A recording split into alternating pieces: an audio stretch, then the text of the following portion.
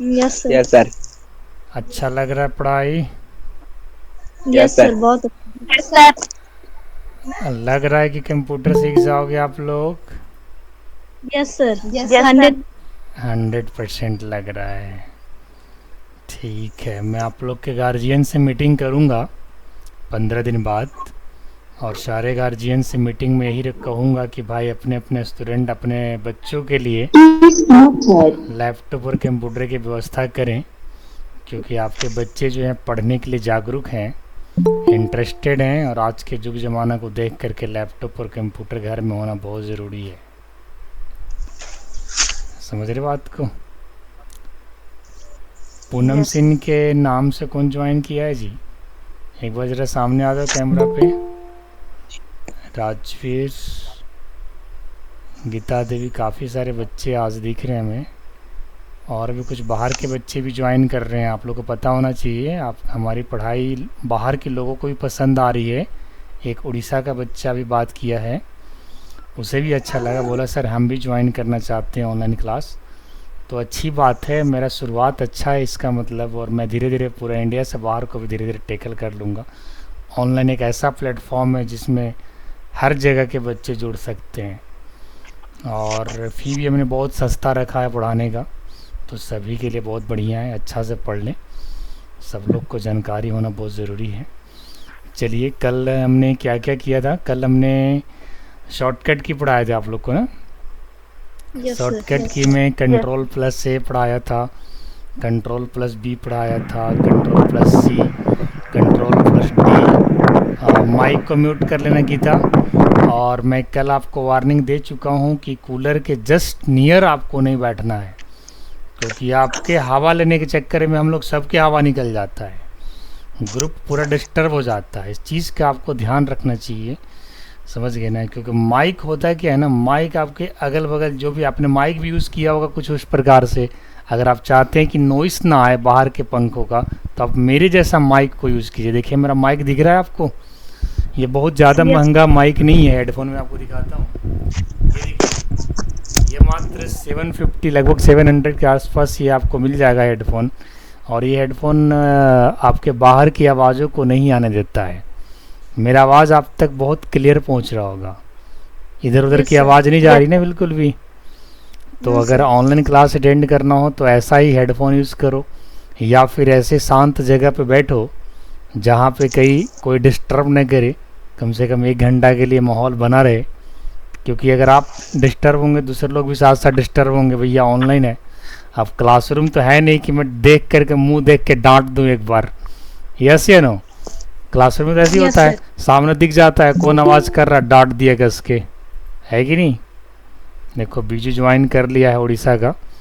कैसे बीजू, आपको आवाज़ सुनाई दे रहा है मुझे? आवाज़ जा रही है आप तक? एक बार ज़रा माइक अनम्यूट करके हेलो कह दो। बीजू फ्रॉम उड़ीसा। और चलिए कोई नहीं है, वो नया है, थोड़ा धीरे धीरे समझ जाएगा। बीजू का इंट्रोडक्शन देंगे आप आज अपना? अगर देना चाहेंगे तो दे सकते हैं इंट्रोडक्शन, अपना नाम, पापा का नाम, मम्मी का नाम बता सकते हैं। ठीक है, अच्छा कोई नहीं, चलो सुनो आप अभी फ़िलहाल 1-2 दिन। ऋषु आ गया, ऋषु भी न्यू स्टूडेंट है। ऋषु इज़ फ्रॉम नीमा, ये जो कि सरघाटी के बगल में है। सरघाटी डोभी सबको पता है, गया वाला रूट में पड़ता है हाईवे से जाते समय। स्यूगन से आगे अब जब जाइएगा तो मदनपुर, आमस, सरघाटी, और वहीं पे नीमा एक गांव है, वहीं का ऋषु है। ठीक है, तो चलिए ये शॉर्ट इंट्रो मैंने अपने तरफ से दे दिया है। और अगर ऋषु को अपने बारे में और कुछ बताना है तो ऋषु बता सकता है माइक ऑन करके। ऋषु आप मेरी आवाज़ सुन रहे हैं? ऋषु फ्रॉम नीमा, अगर सुन रहे हैं तो अपना इंट्रोडक्शन कंटिन्यू कर सकते हैं, अदरवाइज मैंने शॉर्ट इंट्रो आपके बारे में दे दिया है कि ये या फ्रॉम। हाँ हाँ ऋषु बताओ, ज़रा अपने बारे में बताओ कुछ थोड़ा बहुत लोगों को। ठीक है sir. So, firstly, very very good evening, sir, very good and evening. thank you so much. Give this opportunity to introduce myself, sir. My name is Rishu Kumar. I I belong from Sarati in Bihar, okay. but right now I'm at Gaya. Okay. Sir, when we talk about my family, so in my family, apart from my parents, I have one younger brothers and one sister. Okay. My father is a small farmer, and my Okay. mother is housewife. And Okay. sir, when we come to point my qualification, so I have complete my graduation at two. And And you are doing your graduation from Gaya? yeah, yes, sir. From which college? Anugrah College or Gaya College Gaya? Local school. Okay, Anugrah College. Okay very nice. Yes, sir. Rishu, करना क्या है कि जब भी आप online class लेंगे तो earphone का इस्तेमाल ज़रूर करना है। Okay, sir. हाँ, क्योंकि अभी आप हैंड्स फ्री हैं इसीलिए बाहर की नॉइस वगैरह आ रहा है। और आप क्लास में ऑनलाइन क्लास को आप कहीं पे बैठ करके अपने घर में और आराम से चेयर पे बैठ करके लीजिएगा। कॉपी पेन अपने साथ रखिएगा क्योंकि मैं लिखवाता भी हूँ। ठीक Okay, है ना? sir. हाँ, फिलहाल अभी आप माइक को म्यूट कर लीजिए और कैमरा भी आप ऑफ कर सकते हैं, कोई दिक्कत नहीं है। Okay, sir. तो ये रहा रिशु का इंट्रोडक्शन जो कि आप लोगों ने सुना। ये रिशु जो हैं सिनेमा के हैं। माइक म्यूट कर लीजिएगा रिशु, माइक को म्यूट कर लीजिएगा। और फिलहाल अभी ये गया में हैं और ये अभी ग्रेजुएशन कर रहे हैं। ये अनुग्रह कॉलेज से ग्रेजुएशन कर रहे हैं जहाँ से मैंने इंटर पास किया है। आईएससी मैंने अनुग्रह मेमोरियल कॉलेज गया से ही किया है, बाद बाकी मैं पटना चला गया था, फिर दिल्ली गया। मैं कई जगहों पे गया हूँ, कई जगह पढ़ाया भी हूँ, कई जगह से पढ़ा भी हूँ। अभी की डेट में हमारे पास लगभग पूरे इंडिया में, इंडिया से बाहर भी, ऑस्ट्रेलिया मेलबर्न का भी मेरे पास एक स्टूडेंट है, नवजीत सिंह सिद्धू, जो चंडीगढ़ से मेलबर्न गए हैं ऑस्ट्रेलिया को, तो उन्हें ही पढ़ाए हम यहाँ से। तो सर्किल काफ़ी अच्छी है हमारी और हमने इंजीनियर्स को पढ़ाया और अभी भी मेरा बैचेज चलते रहते हैं। आप शिवपुर पाठशाला पे देख सकते हो कि सिर्फ कंप्यूटर का बेसिक क्लास ही नहीं चलता, इंजीनियर लेवल का भी क्लास चलता है। कोडिंग वगैरह सिखाते हैं बच्चों को, ऐप बनाना सिखाते हैं, वेबसाइट बनाना सिखाते हैं, सॉफ्टवेयर बनाना सिखाते हैं। यही हमारा काम है। ठीक है, सुबह 7 बजे से स्टार्ट होता है, सो रात को 11 बजे तक क्लास चलता है। दोपहर में 1 या 2 घंटा का लंच ब्रेक होता है, इसके बाद बाकी क्लासेस चलता ही रहता है। जो कोडिंग ग्रुप की क्लास जाती है वो सप्ताह में 3 दिन जाती है। जिसे MWF में क्लास जाएगी उसे TTS में नहीं जाएगी, और जिसे TTS में जाएगी उसे MWF में नहीं जाएगी। चूँकि आप लोग अभी बेसिक ग्रुप हैं, कंप्यूटर के फंडामेंटल ज्वाइन किए हैं, तो इसलिए आप लोग को रेगुलर क्लासेस प्रोवाइड की जा रही है मंडे टू सैटरडे। और असाइनमेंट वाला तो जो सेशन है वो सभी के साथ है। जैसे अभी आप लोग को एक MCQ जाता है, उसी प्रकार से कोडिंग वाले ग्रुप को बड़े बड़े क्वेश्चंस जाते हैं। तो हर एक ग्रुप में क्वेश्चन जाता है, पर डे जाता है, और सारे लोग बनाते हैं और इसीलिए उनका प्रैक्टिस भी अच्छा हो जाता है। और आप लोग भी कर रहे हैं। और जब सभी लोगों के पास लैपटॉप हो जाएगा ना बच्चे, तो हम आप लोग से प्रैक्टिकल टेस्ट भी करवाएंगे। सामने बोलेंगे कि भैया लैपटॉप खोलिए और ये काम करके दिखाइए, लोग भी देखेंगे, आप भी देखेंगे। ठीक है, फिलहाल तो अभी किसी के पास लैपटॉप नहीं है जहाँ तक मुझे लग रहा है, लेकिन महीने 2 महीने के अंदर आप लोग लैपटॉप लिवा ही लेना। और प्रैक्टिकल के लिए बहुत बढ़िया रहेगा, क्योंकि मैं यहाँ से अगर प्रैक्टिकल करके दिखाऊँ और अगर आप लोग इसे करके ना देखो तो फिर वो सारी चीज़ें दिमाग से निकल जाएगा। वही बात है कि अगर आपने साइकिल चलाने के लिए सीखा लेकिन साइकिल को आपने कंटिन्यू चलाया ही नहीं, तो फिर तो बैलेंस बनेगा ही नहीं। सेम उसी प्रकार से कंप्यूटर के साथ भी है कि चलाने के लिए तो सिखा दिया, लेकिन जब तक अपने हाथ नहीं चलाओगे, उस पर करोगे नहीं, तो कॉन्फिडेंट कैसे आएगा, अपने आप में कॉन्फिडेंस कैसे इंक्रीज होगा।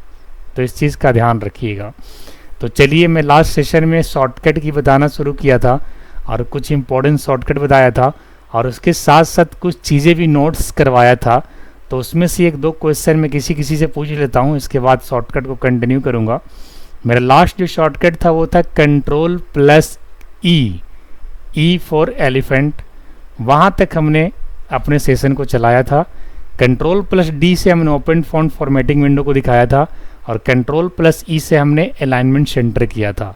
Ctrl+A से हमने सेलेक्ट ऑल टेक्स्ट किया था। Ctrl+B से सेलेक्टेड टेक्स्ट को बोल्ड किया था। Ctrl+C से कॉपी किया था, और Ctrl+D आपको बता ही चुका कि फॉन्ट फॉर्मेटिंग। अब मैं पूछना चाहूँगा शिवम से। शिवम, जरा एक बार माइक अनम्यूट करो और कैमरा भी ऑन करो। शिवम, क्या बता सकते हो बेटा कि आपकी फॉन्ट फॉर्मेटिंग क्या होता है? फॉर्मेटिंग के मतलब क्या समझते हैं आप? फॉर्मेटिंग का सर। जी।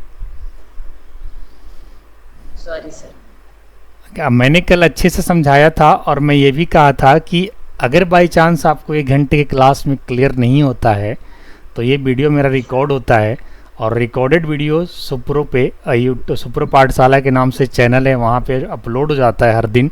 आप उसे रीप्ले करके देखते रहो। आपने यूट्यूब को सब्सक्राइब किया हुआ है ना मेरा चैनल को शिवम? अगर सब्सक्राइब नहीं किए हैं तो यूट्यूब पे जाके सर्च करिएगा SOOPRO। SOOPRO भी एक निक नेम है और यूनिक नेम है और इसका बहुत बड़ा मतलब है। क्या आप लोग मतलब जानना चाहोगे सुप्रो का? बोलिए। Yes sir.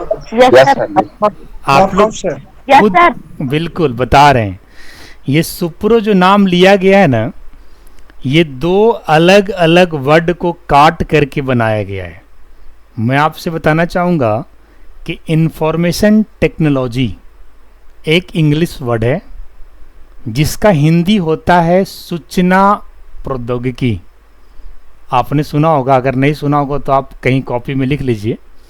इंफॉर्मेशन मतलब सूचना और टेक्नोलॉजी का हिंदी होता है प्रौद्योगिकी। बड़े खतरनाक हिंदी है प्रौद्योगिकी।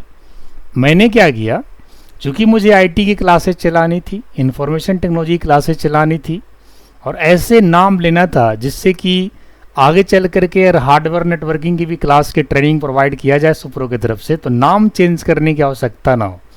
चूँकि इंफॉर्मेशन टेक्नोलॉजी एक ऐसा कॉमन नेम है जिसके अंदर सॉफ्टवेयर हार्डवेयर दोनों आ जाता है, तो मैंने क्या किया कि बाकी लोगों ने तो नाम अपना अपना डिसाइड किया हुआ था, तो मैंने सोचा कि नाम भी छोटा होना चाहिए, स्मार्ट भी होना चाहिए और यूनिक भी होना चाहिए और कहने में भी अच्छा लगे, बोलने में भी अच्छा लगे।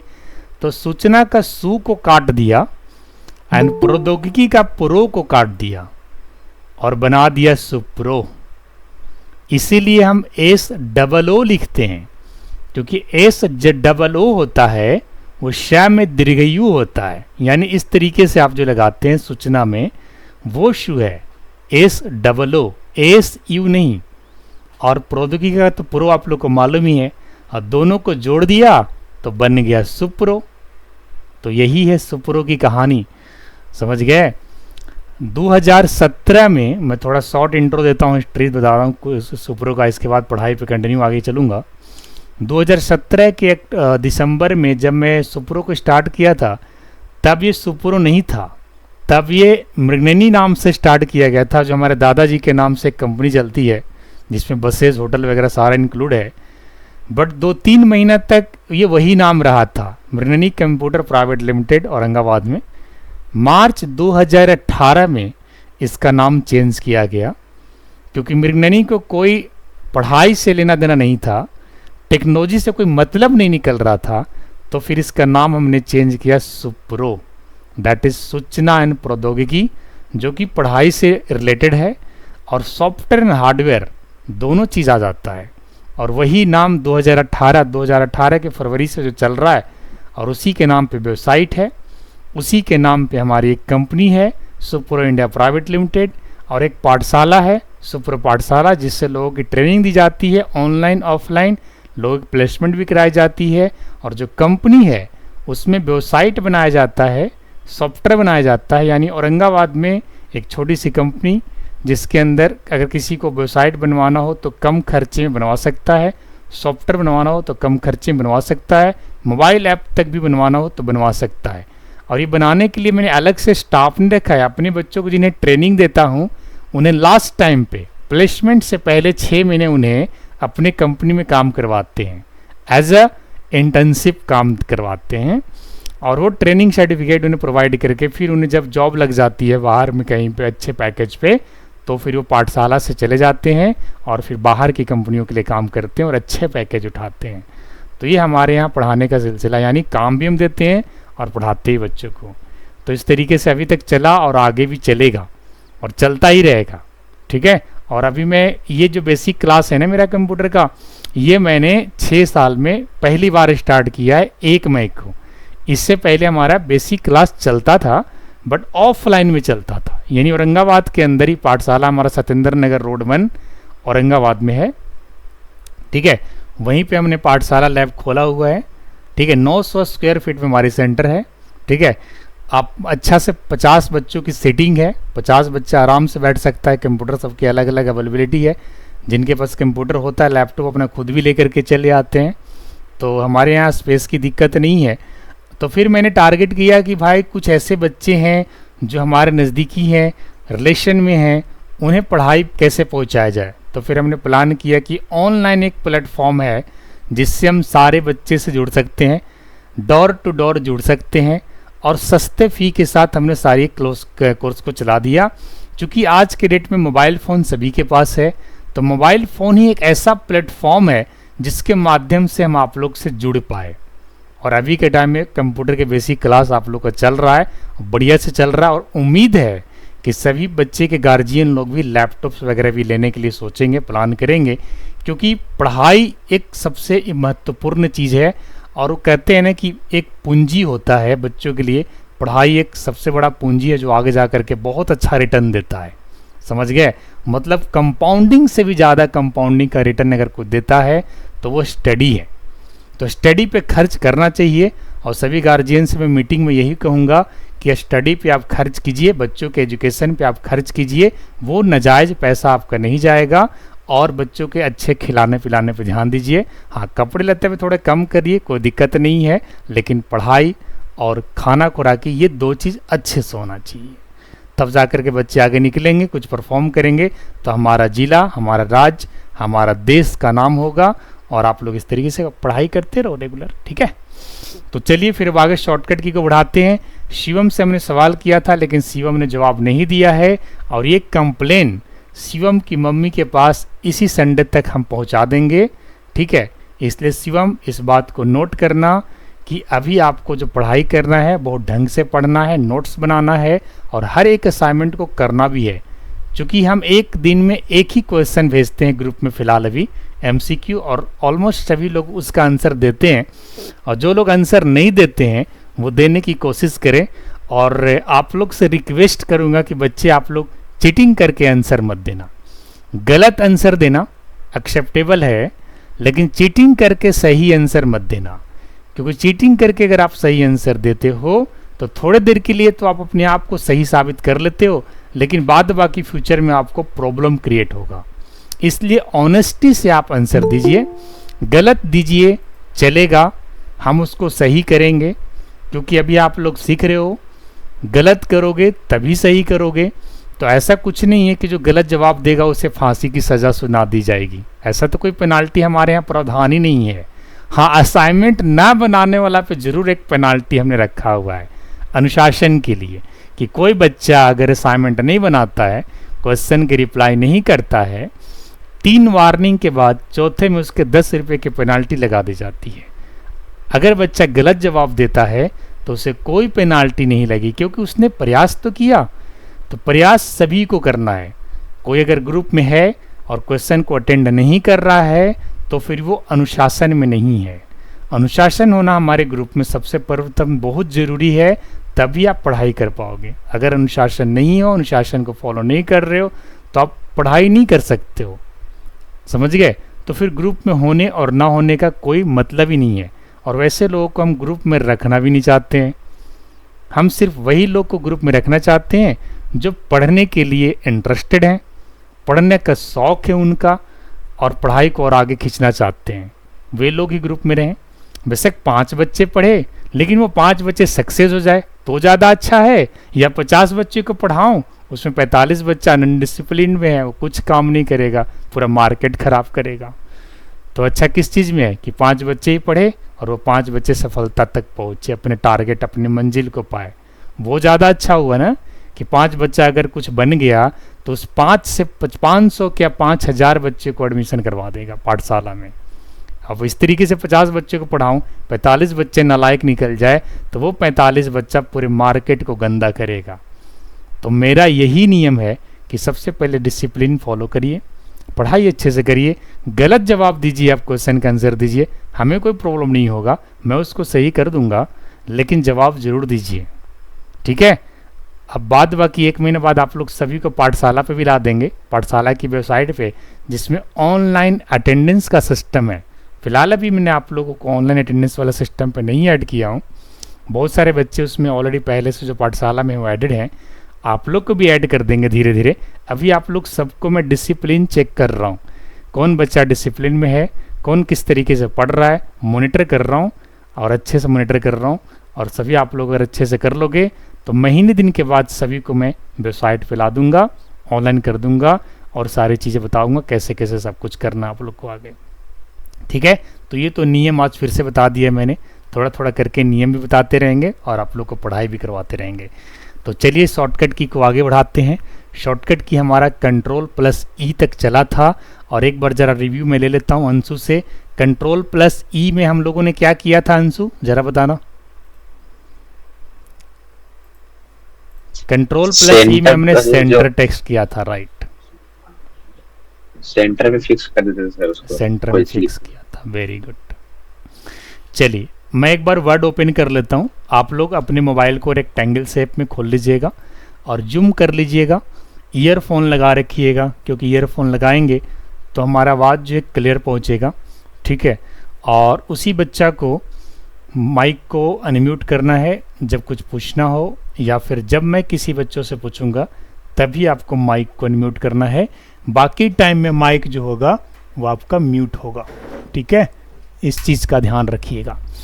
तो चलिए चलते हैं नेक्स्ट आपका शॉर्टकट जो कि है Ctrl+F। ई के बाद क्या आता है, F आता है। यस या नो। मैं कुछ यहाँ पे सेंटेंस लाइन लिख देता हूँ। ठीक है, वो सेंटेंस में क्या लिखता हूँ मैं आपके सामने भी लिख देता हूँ एक सेंटेंस। चलो ग्रामर से ही कुछ सेंटेंस उठा लेते हैं। ठीक है ना, ध्यान दीजिएगा।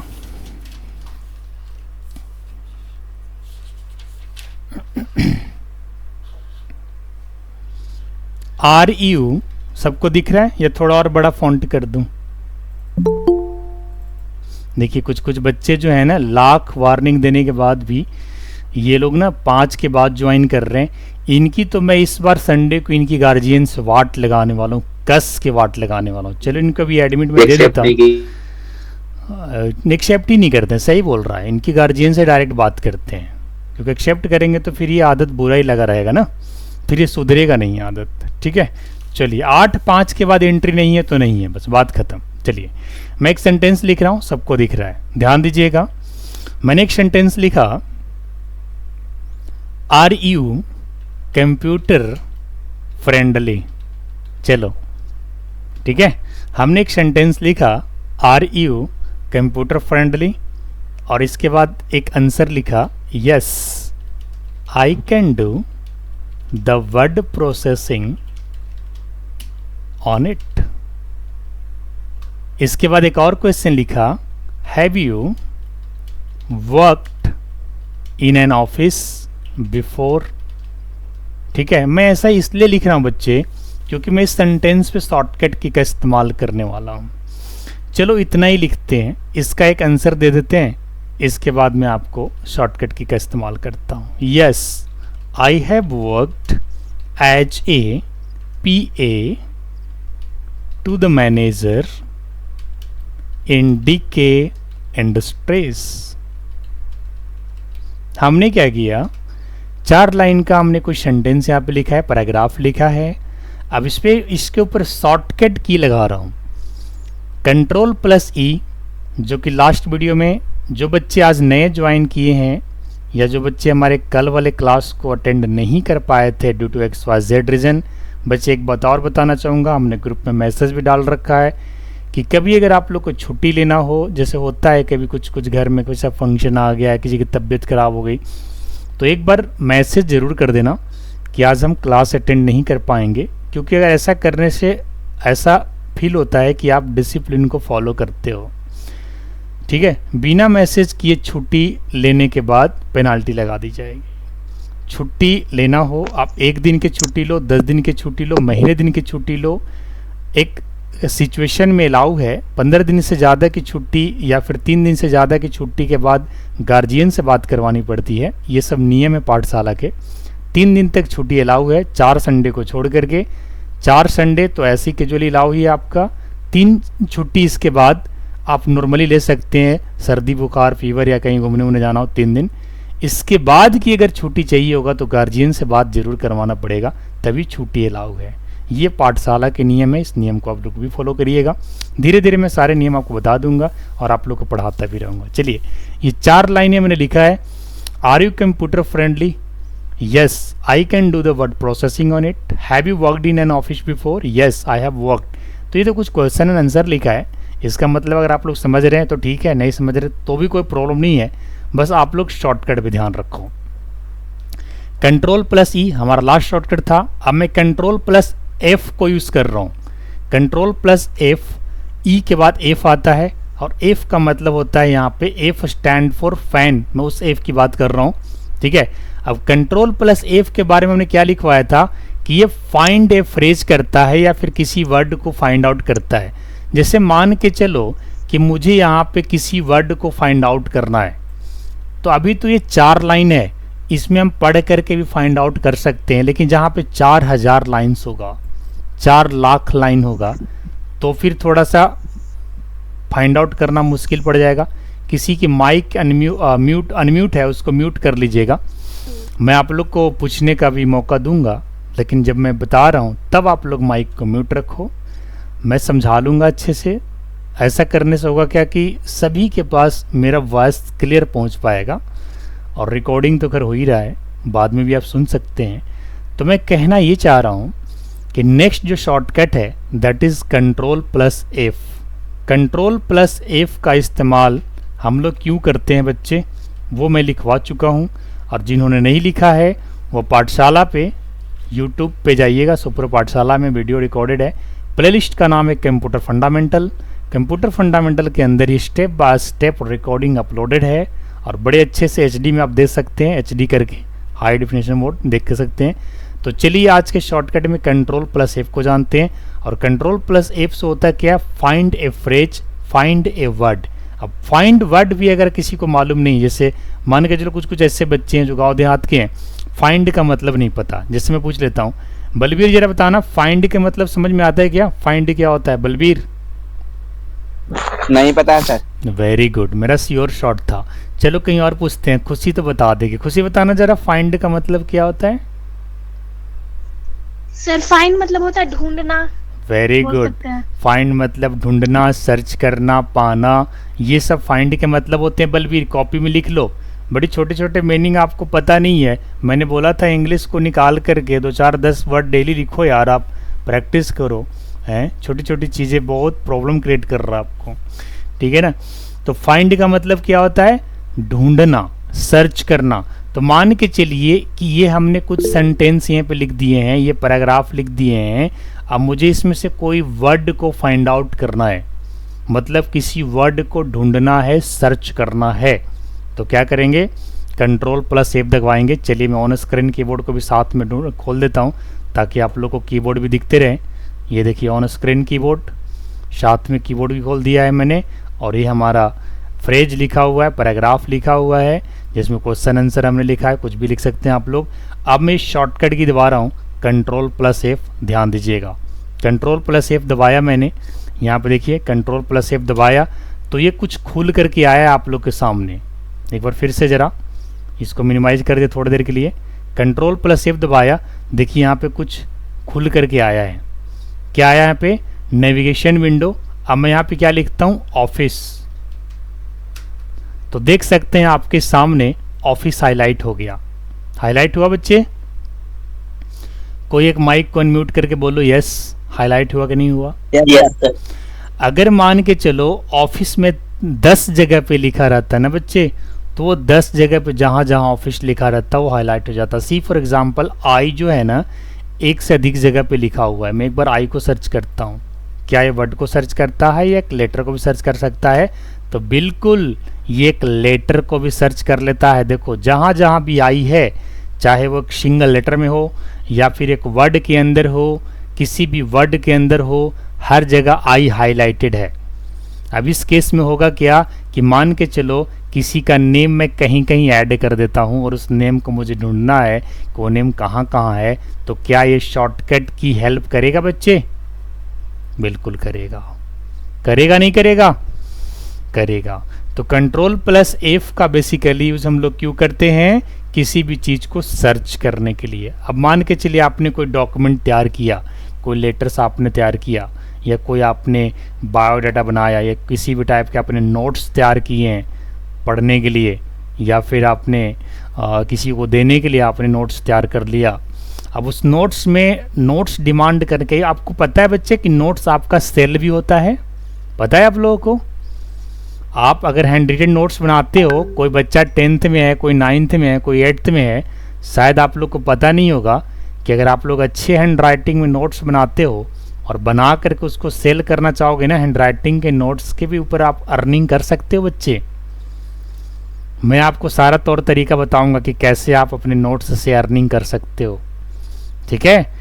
अगर किसी को नोट्स बनाने आता है अच्छा, चाहे वो मैथ का हो, या फिर इंग्लिश का हो, या फिर हिंदी का हो, या संस्कृत का हो, या किसी भी सब्जेक्ट का हो, नोट्स बनाने में अगर आप एक्सपर्ट हैं, और एक्सपर्ट नहीं भी हैं तो अगर थोड़े कम एक्सपर्ट भी हैं, तो नोट्स बना करके आप ऑनलाइन सेल कर सकते हो और घर बैठे अर्निंग भी कर सकते हो। बाहर के देशों में क्या होता है, अमेरिका जैसे देश है, या फिर और बहुत ऐसे देश हैं, इंडिया में भी बहुत ऐसे स्टेट्स जहाँ पे होता है। बिहार, उड़ीसा और इधर उत्तर प्रदेश तो थोड़े डाउन में आ जाते हैं, क्योंकि यहाँ पे एजुकेशन सिस्टम, बच्चे मेहनत तो करते हैं लेकिन प्लेटफॉर्म नहीं है, गाइडलाइंस नहीं है। गाइडलाइंस की वजह से हमारे बच्चे मेहनत करने के बावजूद भी पिछड़े ही रह जाते हैं। मेहनत तो इतना करते हैं कि बाहर वाले देश इतने मेहनत नहीं करते, ठीक है? इंडिया वालों को डिमांड होता है विषय में, उन लोग करते हैं डिमांड कि भाई इंडिया को वो लोग आए और हमारा काम को अच्छे तरीके से करे। क्यों डिमांड करते हैं? अच्छी सैलरी भी देते हैं। क्यों देते हैं? क्योंकि इंडिया वाले मेहनत करते हैं बहुत तेज से, है ना? तो इस चीज़ को समझिएगा। कि मेरी आवाज़ क्लियर नहीं जा रही है क्या? कुणाल ने मैसेज किया है कि नेटवर्क प्रॉब्लम है, हो सकता है उसके एंड से प्रॉब्लम हो। आवाज़ क्लियर जा रही है? Yes sir, clear. Cut cut क्या आ रहा है? थोड़ा थोड़ा कभी कभी कट रही है आवाज़। हाँ, तो जहाँ पे कट की आवाज़ आ रही है ना, वो आपके एंड से प्रॉब्लम है, क्योंकि अगर मेरी आवाज़ कट थी तो सभी के पास कटी हुई आवाज़ जाती। ऐसा नहीं होता कि किसी के पास कट के जाए और किसी के पास अच्छी आवाज़ जाए। अगर मेरे नेटवर्क में कोई इश्यू होता तो हर जगह पे आवाज़ कट के जाता। अगर किसी बच्चे के पास आवाज़ क्लियर पहुंच रहा है, इट मीन्स कि हमारे तरफ से कोई इंटरनेट नेटवर्क इशू नहीं है, आप लोग के तरफ से है। और थोड़ी बहुत अभी हवा भी चल रही है, 11 तारीख तक थोड़ा मानसून भी गड़बड़ा है, थोड़ी बारिश की संभावना है, तूफ़ान की भी संभावना है। तो इस वजह से देखिए आपका जो नेट चलता है ना बच्चे, वो सैटेलाइट के माध्यम से चलता है, ठीक है? अगर मानसून सही रहेगा तो इंटरनेट अच्छा होगा। मेरा इंटरनेट इसलिए अच्छा चल रहा है क्योंकि मैं जियो का इंटरनेट यूज़ कर रहा हूँ औरंगाबाद में, और जहाँ पे मेरा सेंटर है उसके बगल में ही टावर है, इसलिए अच्छा पकड़ता है, 5G पकड़ता है और इंटरनेट बहुत अच्छा जाता है यहाँ से। बाई चांस 100 दिन में एक आध दिन थोड़ा बहुत प्रॉब्लम होता है, तो वो प्रॉब्लम होता है तो पूरी जियो नेटवर्क में जब प्रॉब्लम होता है तभी प्रॉब्लम होता है, ठीक है?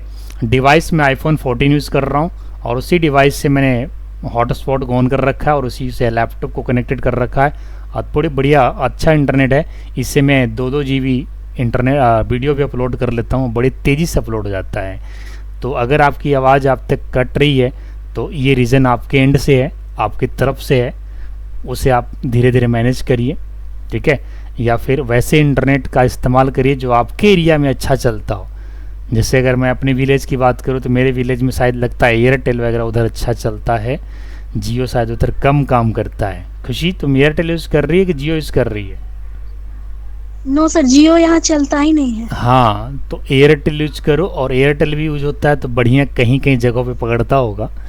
उधर थोड़े टावर कम है, आप लोग डिमांड करिए, ठीक है ना? टावर लगाने की डिमांड करिए। घर कहाँ से? मेरा घर रफ़ीगंज थाना में गंधरा पड़ता है, रफ़ीगंज से 10 किलोमीटर पश्चिम है, इधर दक्षिण पश्चिम पे है। मैं आपको बताता हूँ एग्जैक्ट। आप अगर औरंगाबाद से चलेंगे तो देव मोड़ के बाद शिवगंज, और शिवगंज से लेफ़्ट होते हैं तो शिवगंज से रफ़ीगंज की तरफ रास्ता निकला हुआ है। तो शिवगंज से रफ़ीगंज के ऑलमोस्ट दूरी 20 किलोमीटर के आसपास है। तो मैं बिल्कुल बीच में हूँ, मतलब 10 किलोमीटर शिवगंज से आगे और 10 किलोमीटर रफ़ीगंज से पीछे गंधरा गांव है। अगल बगल के गांव का नाम कोना, टिगरी, गोठानी, भदवा, ये सब हमारे जवार एरिया हैं। वहाँ पे मैं हूँ, मेरा घर वहीं है। अकौनी है, गोपालपुर है, ठीक है? खुशी मेरी गांव की है, बलवीर मेरे गांव का ही है, हर्ष मेरे गांव का ही है, शिवम मेरे गांव का ही है, बाकी कुछ लोग भी हैं बहुत जुड़े हुए हैं, सब रिश्तेदार वगैरह, ठीक है। तो अलग अलग एरिया पे अलग अलग नेटवर्क अच्छा काम करता है बच्चे। तो जो आपके एरिया में अच्छा काम करता है नेटवर्क उसको लीजिए। अब जो गया टाउन में उसे तो दिक्कत ही नहीं होगा, जो औरंगाबाद मेन टाउन में उसे तो दिक्कत ही नहीं होगा। अब जो गांव देहात में बच्चे हैं वहाँ तक टावर को बहुत कम है, कंपनी की टावर पहुँची हुई है, तो उस हिसाब से यूज कीजिए। और जहाँ पे लगता है कि इस कोने पे अच्छा नेटवर्क पहुँचता है तो उसी कोने में अपना टेबल चेयर लगा लो, समझ गए ना। पढ़ाई के लिए उसी कोने पे टेबल चेयर को लगाओ। हाँ, तो वही नहीं कह रहा हूँ कि किसी किसी के पास अवेलेबिलिटी अच्छा है तो बहुत अच्छे से होगा, कोई दिक्कत ही नहीं है। अब किसी की नेटवर्क थोड़ी बहुत ब्रेक कर रही है तो उसका वो खुद ही अपना उपाय करे कि अगर लगता है कि हमारा इस कोने पे अच्छा नेटवर्क आता है या छत के ऊपर अच्छा नेटवर्क आता है तो हम छत के ऊपर एक अपना व्यवस्था कर लेंगे पढ़ाई के लिए। पढ़ाई तो करना है, जहाँ अच्छा नेटवर्क पहुँचे वहाँ पहुँच जाएंगे। यस या नो, है कि नहीं? कि ज़रूरी थोड़े ना कि बेडरूम में ही बैठ करके क्लास लेना है। लगता है कि हॉल में क्लास लेने में अच्छा नेटवर्क आ रहा है तो हॉल में बैठ के ले लेंगे, छत पे आ रहा है तो छत पे ले लेंगे, जहाँ भी नेटवर्क अच्छा पहुँच रहा है वहीं बैठ जाओ, पढ़ लेना है बस। और उसके बावजूद भी अगर दिक्कत हो रही है तो बाद में तो मेरा रिकॉर्डिंग आपको काम में देगा, क्योंकि रिकॉर्डिंग हमारा ब्रेक थोड़े ना होता है। क्योंकि हमारे यहाँ पे आवाज़ ब्रेक नहीं हो रहा तो रिकॉर्डिंग भी ब्रेक नहीं होगा। अगर आपको एंड से प्रॉब्लम है तो हो सकता है कि आपकी आवाज़ उस टाइम के लिए नहीं आए मेरे पास, लेकिन मेरी आवाज़ें कंटिन्यू पहुंच रही है और कंटिन्यू रिकॉर्डिंग हो रही है। तो अगर बाय चांस नहीं भी सुनाई देता है बच्चे आप लोग को जो गांव देहात में हैं, तो हमारे वीडियो को रीप्ले कर करके देखें और उसे पढ़ें और समझें, और जहाँ दिक्कत हो तो हमसे सवाल करें, समझ गए ना। यही एक ऑप्शन है आप लोगों के लिए। अगर चारों कोने पे इंटरनेट का स्पीड अच्छा नहीं आ रहा है घर के किसी भी कोने में, तो एक यही उपाय है कि पाठशाला पे आफ्टर द क्लास नाइट में या फिर नेक्स्ट डे पाठशाला के जो वीडियो अपलोड हो रहे हैं उसकी रिकॉर्डेड वीडियो आपको कहीं भी आपको ब्रेक नहीं मिलेगा। सब बढ़िया से उसको रिप्ले कर करके देखिएगा, आराम से पढ़िएगा, समझ में आएगा, ठीक है। तो मैंने Ctrl+F का यूज़ आपको बता दिया बच्चे। इसके बाद नेक्स्ट जो शॉर्टकट है that is Ctrl+G। Next shortcut Ctrl+G मैं लिखता हूँ यहाँ पे। समझ में आ रहा है रिशु? कोई दिक्कत तो नहीं है रिशु? अभी तक तो कोई परेशानी नहीं है? एक बार माइक को अनम्यूट करके यस या नो बोल दो। No any problem sir. Very good. और ये क्या नाम है? बिजू, बिजू फ्रॉम उड़ीसा। कोई दिक्कत तो नहीं है भाई बिजू? सब समझ में आ रहा है थोड़ा थोड़ा? हाँ सर, समझ में आ रहा है सर। हाँ जी, क्योंकि मेरा जो ऑनलाइन क्लास होता है ना बच्चे, तो मैं म्यूट क्लासेस नहीं करवाता हूँ। मेरा जो है कोऑर्डिनेशन बच्चों के साथ होता रहता है, लगता ही नहीं कि मैं ऑनलाइन क्लास दे रहा हूँ। जैसे ऑनलाइन क्लास का एक मेरिट पॉइंट यही है, लोगों के ना माइंड में एक नेगेटिव पहुँचा हुआ है, यार ऑनलाइन क्या लेना, ऑनलाइन पढ़ाई थोड़ी ना होता, ऑफलाइन में होता है। बट मैं बताना चाहूँगा कि हमारे ऑनलाइन क्लास को भी लोग प्रीफर करते हैं, क्योंकि ऑनलाइन क्लास को भी बिल्कुल एक एकदम माहौल बना करके चलाते हैं। और अगर आप लोग के पास लैपटॉप भी हो जाए तो और अच्छी बात होगी। और फिर लैपटॉप होने के बाद तो मान के चलो कि ऐसा लगेगा कि सर हमारे घर पे आए हुए हैं और बगल में बैठ करके बता रहे हैं, एकदम ऐसा फील होगा। एक बार देखिएगा, ठीक है। चूँकि अभी मोबाइल डिवाइस से कनेक्टेड हैं तो आप हमारे मेरे लेक्चर को सुनिए, समझिए, पढ़िए। महीने 2 महीने के बाद टारगेट कीजिएगा, और जिस दिन लैपटॉप आ जाएगा उस दिन ऐसा लगेगा कि सर हमारे घर में आए हैं और हमें पढ़ा रहे हैं, ऐसा लगेगा। बिल्कुल यही सही बात है, ठीक है। चलिए अब आगे चलते हैं। ये Ctrl+F बता चुका हूँ, Ctrl+G पे चल रहा हूँ। Ctrl+G के बारे में हमने क्या लिखवाया था कि ये go to specific page number, क्या लिखवाया था? ये लिखवाया था ना Khushi? Ctrl+G it is used to go to specific page number और बुक मार्क, ऐसा ही था जी? बताइए जरा एक बार। सर हाँ, तो अब ये स्पेसिफिक पेज नंबर का मतलब क्या होता है बच्चे? मैं बताना चाहूँगा कि अभी जो मैं पेज खोला हुआ हूँ ये MS वर्ड का है। MS वर्ड शॉर्ट में बोल रहा हूँ, MS का फुल फॉर्म होता है माइक्रोसॉफ्ट, ठीक है। माइक्रोसॉफ्ट वर्ड है जो कि माइक्रोसॉफ्ट ऑफिस का ही ये टूल है। अभी माइक्रोसॉफ्ट ऑफिस क्या है बच्चे? तो मैं ऑलरेडी पहले वाले वीडियो में बता चुका हूँ कि माइक्रोसॉफ्ट ऑफिस एक सॉफ्टवेयर है, और सॉफ्टवेयर के बारे में बता चुका हूँ कि सेट ऑफ प्रोग्राम्स मिल करके एक सॉफ्टवेयर बनता है, ठीक है। अब उस सॉफ्टवेयर में आप बहुत काम कर सकते हो, है ना। हर प्रकार के सॉफ्टवेयर है, जैसे कि मैंने एग्जांपल दिया था कि टाइपिंग मास्टर एक सॉफ्टवेयर है जिससे आप टाइपिंग टेस्ट स्किल टेस्ट करते हो। VLC मीडिया प्लेयर जिससे आप सॉन्ग सुनते हो, मूवी देखते हो, window media player, operating system जिससे आप कंप्यूटर को मैनेज करते हो, तो हर एक सॉफ्टवेयर के अलग अलग यूजेस हैं, अलग अलग वर्क हैं। उसी प्रकार से एमएस ऑफिस एक सॉफ्टवेयर है और उसके अंदर एक पहला टूल वर्ड आता है। चूँकि अभी मैं वर्ड स्टार्ट नहीं किया हूँ, क्योंकि अगर वर्ड स्टार्ट कर गया होता तो मैं आपके वर्ड की मेनू के बारे में बताया होता। ये जो गटर के ऊपर यहाँ पे दिख रहा है आपको गटर, इसे गटर बोलते हैं, रिबन भी बोलते हैं। तो ये जो रिबन है ना, इस रिबन के मेनू के बारे में मैं चर्चा करता, तो मैं अभी यहाँ तक पहुँचा ही नहीं हूँ। मैं अभी A to Z शॉर्टकट को फोकस कर रहा हूँ और ये मेरा शॉर्टकट की का तीसरा दिन है। जबकि मैं ऑफलाइन पढ़ाता तो 2 मिनट में सारे शॉर्टकट खत्म कर दिया होता, लेकिन चूंकि आप लोग को एक एक शॉर्टकट अच्छे से बता दे रहा हूँ, चूंकि आप ऑनलाइन से जुड़े हुए हैं और आप लोग को अच्छे से आना चाहिए। ठीक है, तो अभी मैं F को कंप्लीट किया, अब G पे आता हूँ। बच्चे G के बारे में मैंने लिखवाया था कि ये स्पेसिफिक पेज नंबर या बुक मार्क पे जाता है, जाने का काम करता है। तो भाई कैसे जाएगा, ये पेज नंबर 1 है बच्चे। ये अभी जो पेज आपको दिख रहा है ये फर्स्ट पेज है। अब सेकंड पेज में मैं जा रहा हूँ, एंटर मार रहा हूँ, बटन से एंटर मार रहा हूँ। ये देखिए जैसे एक लाइन आएगा और लाइन के बाद देखिए सेकंड पेज थोड़ी देर में आने वाला, देखिए आ गया। मैं यहाँ पे लिख देता हूँ पेज नंबर 2 और ऊपर लिख देता हूँ। ध्यान दीजिएगा, बहुत इंटरेस्टिंग है और बहुत ही काम का चीज़ है, बहुत कम लोग आपको ये सब चीज़ों को बताएगा। देखिए पेज नंबर 1, पेज नंबर 2 और एक और ले लेते हैं बच्चे, पेज नंबर 3। एंटर मारेंगे, पेज नंबर 3 आ जाएगा यहाँ पे। ये देखिए पेज नंबर 3। इस तरीके से 3 पेज में आ गया हूँ और यहाँ पे लिख देता हूँ मैं we are on second page. ठीक है, और यहाँ पे लिख देता हूँ we are on third page. ठीक है बच्चे, अब मैं आपको बताता हूँ। फिलहाल अभी हम लोग फर्स्ट पेज पे हैं। This is our first page. Ctrl+G का इस्तेमाल करेंगे और देखिए कैसे मैं एक पेज से दूसरे पेज पे शॉर्टकट से जाता हूँ। देखिए माउस से तो आप लोग कर ही लोगे, माउस से कैसे होगा। ये राइट साइड में स्क्रॉलर दिख रहा है, इसको स्क्रॉलर बोलते हैं। ये है आपका वर्टिकल स्क्रॉलर।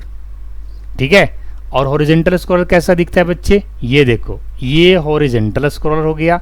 अगर आपकी विंडो छोटा है और कंटेंट बड़ा है तो हॉरिजॉन्टल स्क्रॉलर बनेगा। अगर आपका कंटेंट छोटा है और विंडो बड़ा है तो वर्टिकल स्क्रॉलर ही बनेगा। समझ गए। ये देखिए ऊपर से नीचे की ओर जो मूव कर रहे हैं, this is called vertical scroller. और अगर मैं इस विंडो को छोटा कर लो, इसे विंडो बोला जाता है। कोई भी डॉक्यूमेंट अगर आप ओपन करते हो और उसके अंदर मिनिमाइज, मैक्सिमाइज एंड क्लोज का अगर ऑप्शन है तो इसे विंडो बोला जाएगा। चाहे वो MS वर्ड का फाइल हो, एक्सेल की फाइल हो, नोटपैड की फाइल हो या किसी भी टाइप की फाइल हो, अगर ये विंडो में खुला है तो इसे विंडो ही बोला जाएगा। ठीक है, अब इसे मैक्सिमाइज करते हैं वापस बच्चे और आपको ये बताते हैं। फिलहाल मैंने ये बताया कि स्क्रॉलर का काम क्या है। तो अभी अगर आप स्क्रॉलर के ऊपर माउस रख रहे हो तो देख रहे हो आप ये पेज 1 दिखा रहा है। जैसे आप नीचे की ओर से खींचोगे तो लास्ट पेज नंबर 3 पे चले जाओगे। ये पेज नंबर 3 यहाँ पे देखिए दिख रहा होगा। लेकिन अगर किसी को माउस से नहीं करना, शॉर्टकट से करना है तो Ctrl+G शॉर्टकट का इस्तेमाल किया जा सकता है। अब Ctrl+G से देखिए मैं कैसे पेज नंबर को जंप करता हूँ। अभी फ़िलहाल मैं किस पेज पे हूँ, पेज नंबर 1 पे। पेज नंबर 2 पे जाना होगा तो Ctrl+G दबाएंगे और Ctrl+G दबाते ही आपको एक डायलॉग बॉक्स खुल करके आएगा। फिलहाल मैं स्क्रीन कीबोर्ड को खोल देता हूँ ताकि आपको पता चलना चाहिए कि मैं कंट्रोल दबा रहा हूँ। कितने बेवकूफ़ लोग हैं, 8:45 में हमसे ज्वाइन करने की परमिशन मांग रहे हैं, देखिए यहाँ पे। लेकिन इसे मैं तो ज्वाइन करने दूंगा ही नहीं। ठीक है, इनको ऐसे ही छोड़ दो, घंटी बजाते रहें। ठीक है, Ctrl+G दबाया और Ctrl+G दबाते ही आप देख सकते हैं फाइंड एंड रिप्लेस का एक डायलॉग बॉक्स खुल गया है। दिख रहा है जी, अंशु है ना, अंशु, गीता, सभी लोग को दिख रहा है ये फाइंड एंड रिप्लेस Ctrl+G। बिल्कुल, अब माइक को म्यूट कर लीजिएगा, बस सिर्फ जवाब दे करके तुरंत म्यूट कर लेना है। ठीक है, क्योंकि बहुत सारे बच्चों की माइक जो है ना वो ख़राब है। ख़राब मैं इसलिए कह रहा हूँ क्योंकि आप लोग की माइक से जो है ना भिन्न तरह की आवाज़ें आती रहती है। उसका रीज़न भी आप ही लोग हो। ठीक है, बोलो क्यों हो, क्योंकि माइक आप लोग इस्तेमाल तो करते हो लेकिन उसे साफ़ नहीं करते हो। अब होता क्या है, उसमें धूल डस्ट वगैरह सब जमा हो जाता है और उससे रीज़न उसका क्या रिज़ल्ट आता है कि आवाज़ें आपकी क्लियर नहीं आएगी, गड़गड़ाहट की आवाज़ें आएंगी। तो माइक को ज़रूर साफ़ करें, और जब भी माइक को रखें तो कहीं ढक करके, कहीं बॉक्स में रखें, ड्रॉअर में रखें, ऐसी जगह पे रखें जहाँ पे धूल डस्ट नहीं पहुँचता हो। अब आप लोग ऐसी माइक को फेंक देते होंगे, बेड पे फेंक देते होंगे, कितने लोग टेबल पे फेंक देते होंगे। अब बच्चे बताओ ज़रा, झाड़ू लगेगा तो उसके धूल उड़ेगा तो आपके माइक पे आएगा कि नहीं आएगा? माइक आपका छेद उसका भरेगा कि नहीं भरेगा? जो हॉल होते हैं उसके अंदर भरेंगे कि नहीं भरेंगे? तो इस चीज़ का ध्यान आपको खुद देना है कि अगर आप अपनी सामान को रिस्पेक्ट करोगे तभी वो सामान आपको रिस्पेक्ट करेगा। ठीक है, तो कुछ ऐसी चीज़ें हैं जिसे आपको संभाल के रखना होता है, सेफ्टी से रखना होता है। ठीक है, तो इस चीज़ का ध्यान रखिएगा। इसीलिए आप लोग का माइक ख़राब हुआ पड़ा है। बहुत सारे लोगों को माइक जो है घड़ाहट की आवाज़ें सुनाई देती है, रीज़न यही है क्योंकि वो साफ़ नहीं रखते और ऐसे ही फेंक देते हैं कहीं पे भी। ठीक है, अगले बार से ध्यान रखिएगा, जब भी माइक को रखिएगा साफ़ सुथरे जगह पे रखिएगा, संभाल के रखिएगा, ढक के रखिएगा। ठीक है, और यूज़ करने से पहले उसको एक बार हवा मार के साफ़ कर लेना। ठीक है, चलो आगे बढ़ता हूँ। Control plus G, control plus G क्या करता है? Go to specific page number and bookmark. तो चलिए पेज नंबर पे चलते हैं। बच्चे ध्यान रखिएगा, गो टू यहाँ पे टैब जो है सिलेक्टेड है, हालांकि फाइंड एंड रिप्लेस का विंडो खुला हुआ है और इसमें 3 ऑप्शन है, फाइंड का भी, रिप्लेस का भी और गो टू का भी। तो मुझे कंट्रोल प्लस जी से गो टू का इस्तेमाल करना है। मैं ऑलरेडी यहाँ पे 3 पेज आपके सामने रख दिया हूँ। This is our first page, this is our second page and this is our third page. अभी मैं फर्स्ट पेज में हूँ और मुझे सेकंड पेज पे जाना है, तो यहाँ पे सिंपल 2 लिख दूंगा। क्या लिखूंगा? 2। सबको दिख रहा होगा, ये 2 लिखा है मैंने। क्या लिखा? 2, दैट इज नंबर, जिसको 2 बोलते हैं। 1 के बाद 2, 1 के बाद 2 जो आता है वही 2 की मैं बात कर रहा हूँ कि ये 2 है। और जैसे ही गो टू बटन पे क्लिक करेंगे बच्चे, अभी फिलहाल मैं पेज नंबर 1 पे हूँ, जैसे ही गो टू पे क्लिक करूँगा एक बार में, एक ही क्लिक में पेज नंबर 2 पे चले जाऊँगा। तो जैसे ही क्लिक करता हूँ, आप लोग नज़र बनाए रखिए, मैंने क्लिक किया और पेज नंबर 2 पे आ गया। आया कि नहीं आया? एक बार माइक को अनम्यूट करके यस कह दो, कोई भी एक बच्चा। यस।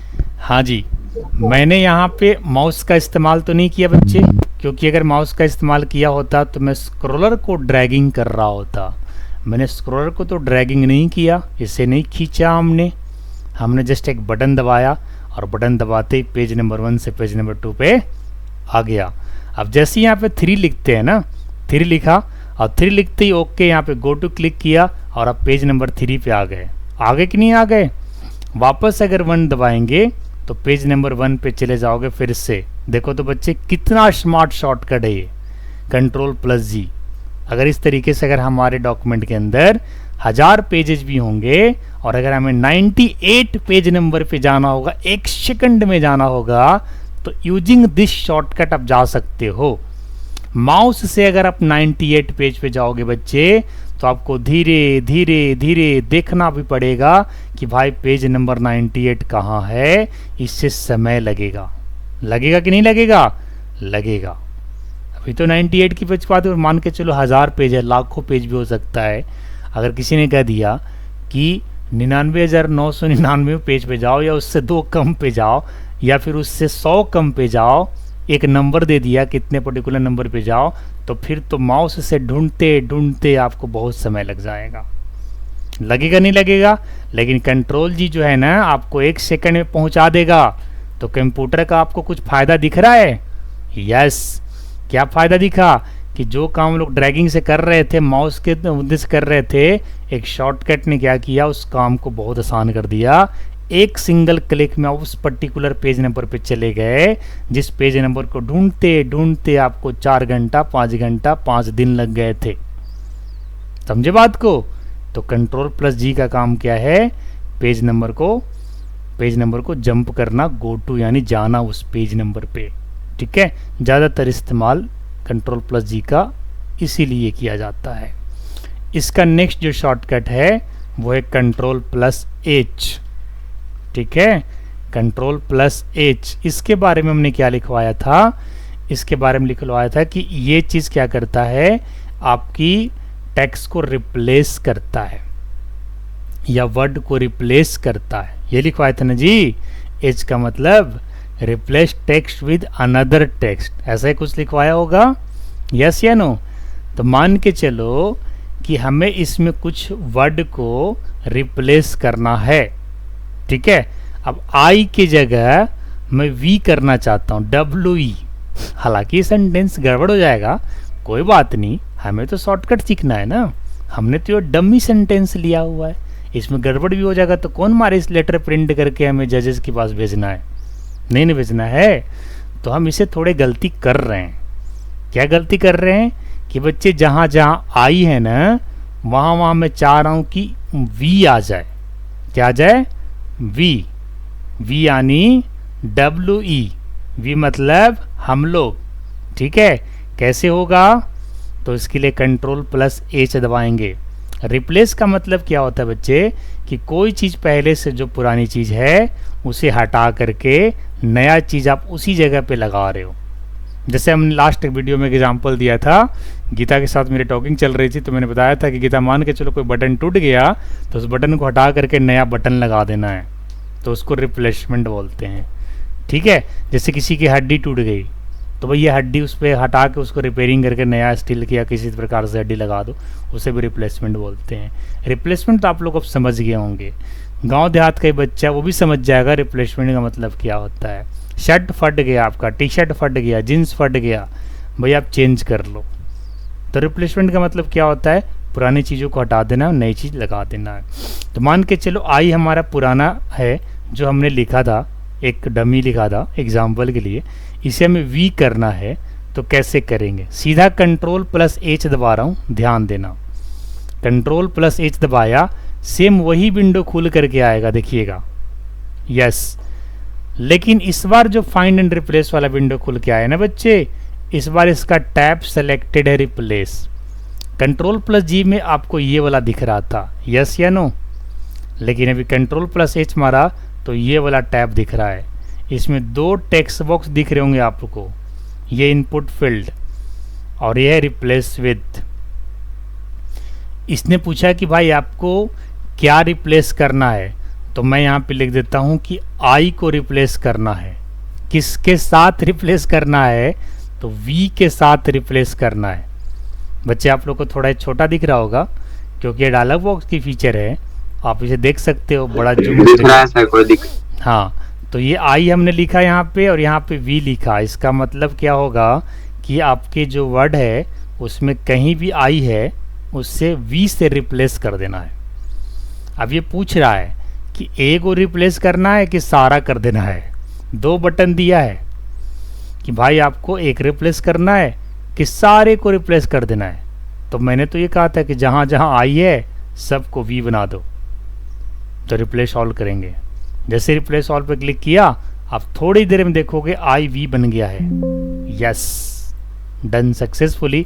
अब आप पढ़ सकते हैं। यहाँ पे देखिए सारा सेंटेंस गलत हो गया है, होना भी चाहिए था क्योंकि हमने आई को WE से रिप्लेस कर दिया है। देखिए यहाँ पे रिप्लेस हुआ ना बच्चे। फ्रेंडली में FRI होता है तो WE आ गया। यहाँ पे आई लिखा था, यहाँ पे भी WE आ गया। प्रोसेसिंग में भी यहाँ पे आई लिखा था तो यहाँ भी WE आ गया। ऑफिस में OFFI होता है, यहाँ पे भी WE आ गया, ठीक है। और कहाँ है? यहाँ पे आई लिखा था, यहाँ पे भी WE आ गया। इंडस्ट्री में आई होता है तो यहाँ पे भी WE आ गया, ठीक है। तो इस तरीके से यहाँ पे था IN तो यहाँ पे भी WE आ गया। जहाँ जहाँ पे WE आ गया उसमें बोल्ड कर देता हूँ। ये देखिए, ये आपको आई से रिप्लेस हुआ है बच्चे, वो WE है। इसीलिए मैं बोल रहा हूँ सेंटेंस को पढ़ने की कोशिश मत करना, क्योंकि अब ये सेंटेंस पढ़ने लायक नहीं है, क्योंकि इसे मैंने चेंज कर दिया है, रिप्लेस वाला एग्जाम्पल यूज़ किया है। ये यहाँ पे इतने सारे आई थे जो वी में बदल गए, जो वी में बदल गए। और कहीं है? यस, यहाँ पे था इट, ये बन गया वेट। देखो तो हैं, बताओ नहीं, जैसे लग रहा है याद आ रहा है ना, एक मूवी देखा होगा आपने, 3 इडियट्स था ना जी। एक और? हाँ, एक नीचे में है यहाँ पे। हाँ, यस सर। थ्री इडियट की मूवी देखा होगा आप लोगों ने, तो वहाँ पे यही हाल तो हुआ था, हैं? उन्हें जा करके कुछ कुछ वर्ड को चेंज कर दिया गया था। तो आमिर खान को जब प्रेजेंट करना था ना, आमिर खान ही प्रेजेंट कर रहा था ना, तो उसने गलत से गलत सारा पढ़ने लग गया था, क्योंकि लिख दिया था इस तरीके से लोगों ने। समझ गए? तो इस तरीके से कंट्रोल प्लस जी का इस्तेमाल हम लोग करते हैं कि किसी भी टेक्स्ट को दूसरे किसी टेक्स्ट से रिप्लेस करना हो तो कंट्रोल प्लस जी यूज़ किया जाता है। एच, कंट्रोल प्लस जी से तो गो टू हो गया, एच से रिप्लेस हो गया। आज के क्लास में यहीं तक, बाकी कंट्रोल प्लस आई जे कल बताएंगे।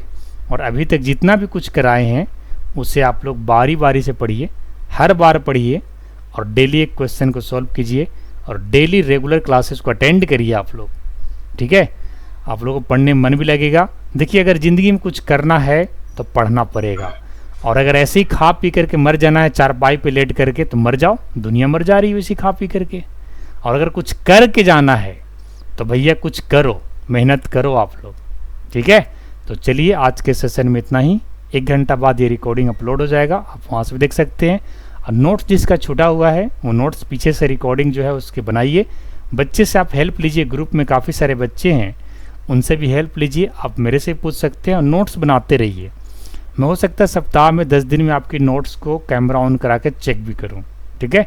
तो आज मैं यहीं पे इसको स्टॉप करता हूं क्लास को। चलिए फिर मिलते हैं कल। All the best for today.